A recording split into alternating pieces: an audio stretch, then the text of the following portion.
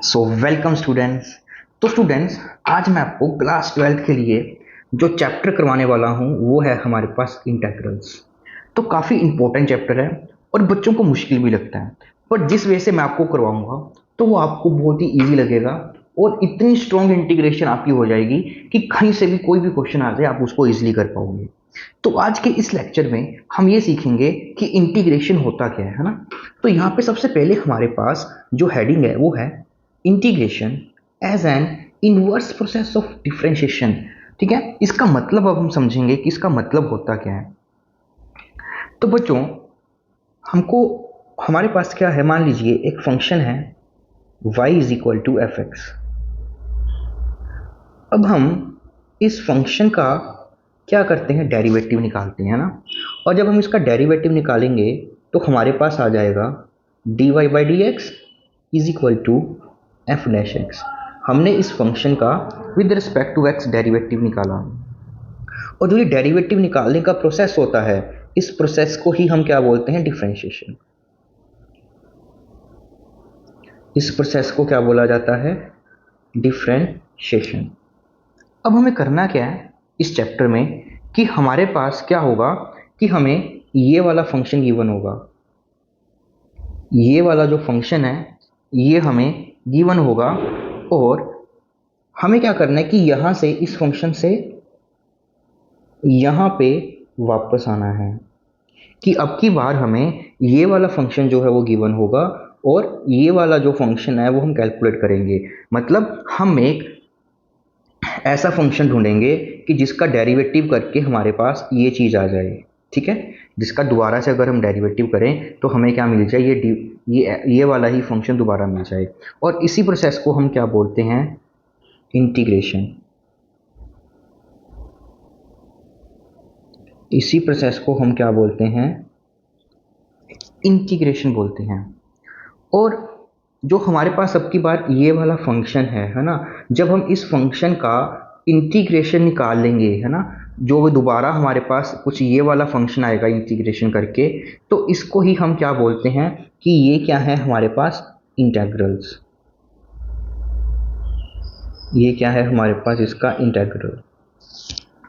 Okay, तो hope so आपको थोड़ा बहुत आइडिया हुआ होगा कि इंटीग्रेशन बेसिकली है क्या चीज़। तो बच्चों, अभी मैं आपको कुछ एग्जांपल्स के थ्रू समझाने की कोशिश करता हूं, तो ध्यान से समझिए।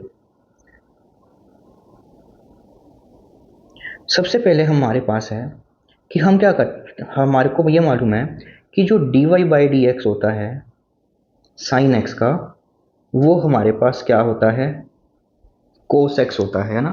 तो हम क्या किया कि साइन एक्स का with respect to x d x किया। तो यहाँ से मैं ये भी बोल सकता हूँ कि जो हमारे पास ये कोस एक्स फंक्शन है, इस कोस एक्स का जो इंटेग्रल आएगा वो क्या होगा, साइन एक्स होगा विद रिस्पेक्ट टू एक्स है ना। कोस एक्स का with respect to x, cos x का विद रिस्पेक्ट टू एक्स जब हम इंटीग्रेशन करेंगे मीन्स उसका जो इंटेग्रल होगा वो हमारे पास साइन एक्स आएगा। तो अभी मैं इसको लैंग्वेज की फॉर्म में लिख लेता हूँ, means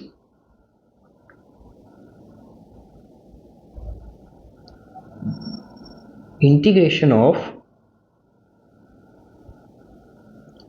cos x with respect to x is sin x। Okay, फिर हम एक और करते हैं। अब की बार मैं क्या करता हूं कि dy by d x calculate करता हूं साइन एक्स प्लस टू का। तो वो भी हमारे पास क्या आएगा, कोस एक्स आएगा, क्योंकि टू का डेरिवेटिव तो हमारे पास जीरो हो जाता है। तो यहां से फिर से मैं ये लिख सकता हूं कि जब हम इंटीग्रेशन करेंगे कोस एक्स का विद रिस्पेक्ट टू एक्स तो हमारे पास क्या आ जाएगा, sine of x plus two. अब ये हम एक और एग्जांपल लेते हैं कि अगर मैं dy बाई डी एक्स करता हूँ साइन एक्स प्लस 3/5 का, तो उससे भी मेरे पास इसका जो डेरिवेटिव है वो हमारे पास कोस एक्स आ जाएगा। तो यहाँ से मैं फिर से ये लिख सकता हूँ कि जो इंटीग्रेशन है हमारे पास ऑफ कोस एक्स का विद रिस्पेक्ट टू एक्स, वो फिर से हमारे पास क्या आ जाएगा, साइन ऑफ एक्स प्लस 3/5। अब हम देख मतलब कि अगर साइन एक्स में मैं कोई भी कांस्टेंट है वो ऐड करता रहूं, है ना, साइन एक्स में अगर मैं कोई भी कांस्टेंट है वो ऐड करता रहूं तो उन सब का डेरिवेटिव कोस एक्स ही आएगा। इट मीन्स अगर मैं इसको जर्नलाइज्ड वे में लिखना चाहूं कि जो dy बाई डी एक्स है हमारे पास sine x plus c, where c हमारे पास क्या है, एक कोई भी आपका रियल कांस्टेंट है ना, सी आपके पास हमारे पास यहाँ पे क्या हो सकता है, कोई भी रियल वैल्यू हो सकती है। तो इन सभी का अगर हम डेरिवेटिव करते हैं तो वो कोस एक्स आ जाता है। तो इसका मतलब कि जब हम इंटीग्रेशन करेंगे तो इंटीग्रेशन ऑफ कोस एक्स एक सिंगल फंक्शन नहीं आएगा ना, तो बहुत सारे फंक्शंस आएंगे जो कि इस तरह के होंगे। तो इट मीन्स यहाँ से मैं बोल सकता हूँ कि जो इंटीग्रेशन होगा मेरे पास ऑफ कोस एक्स का विद रिस्पेक्ट टू एक्स, वो क्या आ जाएगा, साइन एक्स प्लस सी। इसका मतलब है कि जब मैं कोस एक्स का इंटीग्रेशन कर रहा हूं तो मेरे पास कोई एक फंक्शन नहीं आता आंसर, तो बहुत सारे फंक्शंस आ सकते हैं ना, पर जो मेन फंक्शन है वो हमारे पास क्या रहेगा, वो हमारे पास साइन एक्स ही रहेगा। पर साथ में हम ये कांस्टेंट लगा दिया करेंगे जिसको बोलते हैं हम कांस्टेंट ऑफ इंटीग्रेशन, कि मतलब कि ये सारे के सारे फंक्शंस हमारे पास ऐसे हैं जिसका डेरिवेटिव करके दोबारा हमारे पास कोस एक्स आ जाएगा। अभी एक बात और, ठीक है, तो अभी देखिए यहाँ पे अगर हम इसको लैंग्वेज की फॉर्म में लिख रहे हैं ना कि बारी बारी कि जो इंटीग्रेशन है हमारे पास ये कोस एक्स का इस तरह से ना, पूरी लैंग्वेज में लिखना काफ़ी मुश्किल काम है, तो इसीलिए इसको सिंबॉलिक फॉर्म में लिखा गया है। तो सिंबल्स की फॉर्म में हम कैसे लिखेंगे, तो ये हमारे पास एक साइन है इंटीग्रेशन का, ठीक है, इंटीग्रेशन, तो इसको लिखेंगे कैसे हम, कोस एक्स, कि हम जो इंटीग्रेशन है वो विद रिस्पेक्ट टू एक्स कर रहे हैं तो यहाँ पे हम लिखेंगे डी एक्स, तो हमारे पास क्या आ जाएगा, साइन ऑफ एक्स प्लस सी। ठीक है, तो ये हमारे पास एक इंटेग्रल का साइन आ गया, ये हमारे पास इंटीग्रेशन का साइन है कि integration of cos x d x, कि हमें वो सारे के सारे फंक्शन बताओ जिसका डेरिवेटिव क्या होता है, कोस एक्स होता है। तो वो सारे के सारे फंक्शंस कैसे आ जाएंगे आपके पास, साइन एक्स प्लस सी जैसे, ये हमारे पास इन्फाइनाइटली मैनी ऐसे फंक्शंस हैं सारे के सारे कि जिसका अगर हम डेरिवेटिव करेंगे, इन सभी फंक्शन का अगर हम दोबारा डेरिवेटिव करेंगे तो हमें क्या मिलेगा, हमारा कोस एक्स मिलने वाला है। तो अब इसी तरह से मैं आपको कुछ और एग्जांपल्स करवाता हूँ। देखिए जैसे हमें मालूम है, ठीक है, और एक बात इसमें रह गई कि जो ये हमारे पास सी होता है, जो हमारे पास ये सी है, इस सी को हम क्या बोलते हैं,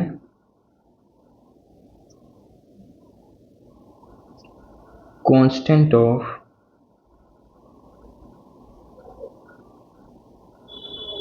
इंटीग्रेशन। अब कुछ और एग्जांपल देखिए, जैसे कि अगर मैं लिखूं कि जो dy बाई डी एक्स है हमारे पास टेन एक्स प्लस सी, वो क्या होता है हमारे पास, सीकेंड स्क्वेयर एक्स, है ना। तो इसका मतलब मैं ये बता सकता हूँ कि यहाँ से कि जो इंटीग्रेशन होगा मेरे पास secant square x d x का, तो वो क्या आएगा हमारे पास tan of x plus c. फिर से यहाँ पे सी क्या होगा मेरे पास, एक कांस्टेंट ऑफ इंटीग्रेशन होगा। ठीक है, कुछ और एग्जांपल्स मैं आपको करवाता हूँ, देखिए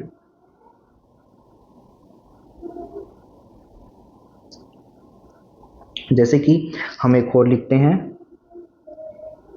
कि जो dy बाई डी एक्स होता है हमारे पास x square plus c type के, तो इन सब का डेरिवेटिव करके हमारे पास 2x आता है। तो यहाँ से मैं ये लिख सकता हूँ कि जो इंटीग्रेशन होगा मेरे पास 2x का विद रिस्पेक्ट टू x किया, तो मतलब dx लगाएंगे, तो वो क्या आएगा हमारे पास एक्स स्क्वेयर प्लस सी।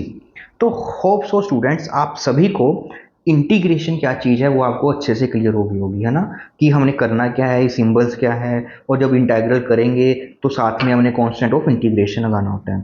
तो इस लेक्चर में हम इतना ही करेंगे। अब अगले लेक्चर्स में आपको टाइप वाइज क्वेश्चन है वो सारे के सारे करवाने शुरू कर देने हैं मैंने, है ना। तो सारे के सारे हम टाइप वाइज क्वेश्चन करेंगे ताकि आपको इंटीग्रेशन बेटर वे में समझ में आए। ओके, तो अगर आपको इंटीग्रेशन ऐसे ही बहुत ही इंटरेस्टिंग वे से और आसानी से सीखना है तो जल्दी से चैनल को सब्सक्राइब और शेयर करें, और बाकी का हम करते हैं अगले लेक्चर में।